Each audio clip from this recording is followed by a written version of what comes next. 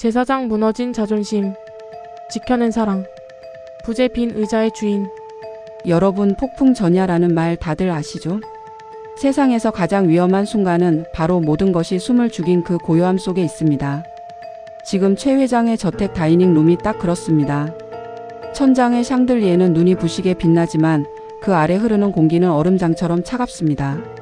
숨 막히는 정적, 달그락거리는 은수저 소리가 마치 천둥처럼 고막을 때리는 위태로운 식사 시간. 정희는 죄인처럼 시선을 식탁보에 고정한 채 미동도 없습니다. 맞은편 최 회장은 말없이 붉은 와인잔을 돌리고 있네요. 검붉은 액체가 잔의 벽을 타고 흘러내리는 모습이 마치 이 집 주인의 알 수 없는 속내 같습니다. 하지만 완벽해 보이는 이 식탁엔 치명적인 결핍이 하나 있습니다. 바로 주인 잃은 빈 의자. 이 비극의 주인공 정인의 남편 성훈의 자리였죠. 그때였습니다. 유리처럼 위태롭던 공기가 단번에 찢겨나갔습니다. 거칠게 몰아쉬는 짐승 같은 숨소리. 그리고 고급스러운 디퓨저 향기와는 절대 섞일 수 없는 싸구려 소주의 독한 냄새가 진동합니다. 성훈이었습니다. 며칠을 꼬박 세운 듯 캥한 얼굴, 핏발이 선 눈, 아무렇게나 풀어헤친 넥타이. 그는 지금 이성을 잃은 짐승처럼 비틀거리고 있습니다.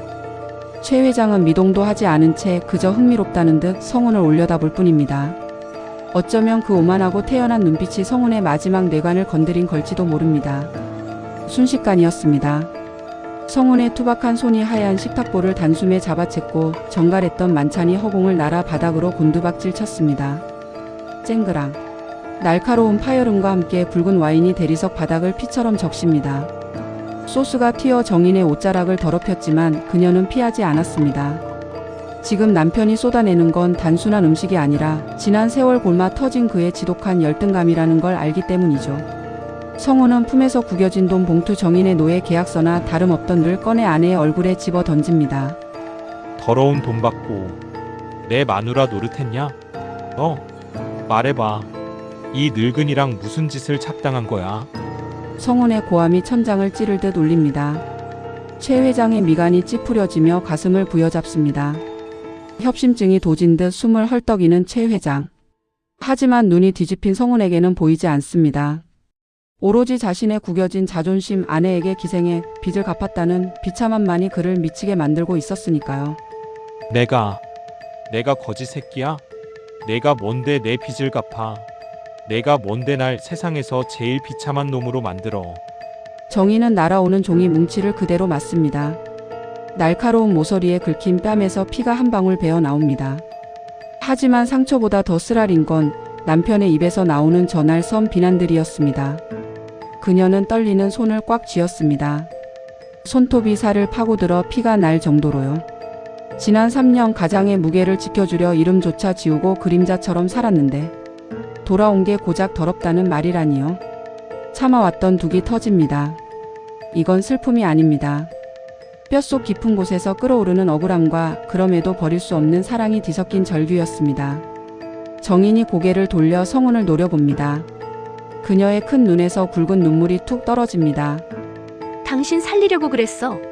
당신 기 안 죽이려고. 내 자존심, 내 인생 다 시궁창에 버렸다고. 성훈이 멈칫합니다. 늘 순종적이던 아내의 처음 보는 얼굴입니다. 당신 밖에서 떵떵거릴 때 그 술값. 내가 최 회장 비위 맞추고 손가락질 받으면서 번 돈이야. 당신 자존심? 그거 하나 지켜주려고 내 자존심은 팔아치운 지 오래라고. 정인의 목소리가 갈라집니다. 그녀의 말 한마디 한마디가 비수가 되어 성훈의 심장에 박힙니다. 성훈의 눈동자가 흔들립니다. 분노로 가득 찼던 자리에 서서히 끔찍한 부끄러움이 차오릅니다. 자신이 목숨처럼 지키려 했던 자존심이 사실은 아내의 피눈물 위에 세워진 모래성이었다는 걸 깨닫는 순간입니다. 난장판이 된 다이닝 룸에는 다시 정적이 흐릅니다. 진실이 드러난 후에 투명한 공기. 지켜보던 최 회장이 씁쓸하게 입을 엽니다. 오만이 무너진 자의 허탈한 표정입니다. 자네는 돈으로 살 수 없는 걸 가졌군.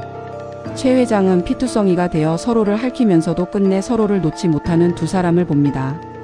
자신의 수천억 재산으로도 저하게 바친 사랑은 결코 살 수 없다는 걸 깨달은 겁니다. 그는 손짓으로 나가라는 신호를 보냅니다. 계약은 파기네. 빚은 없는 걸로 하지.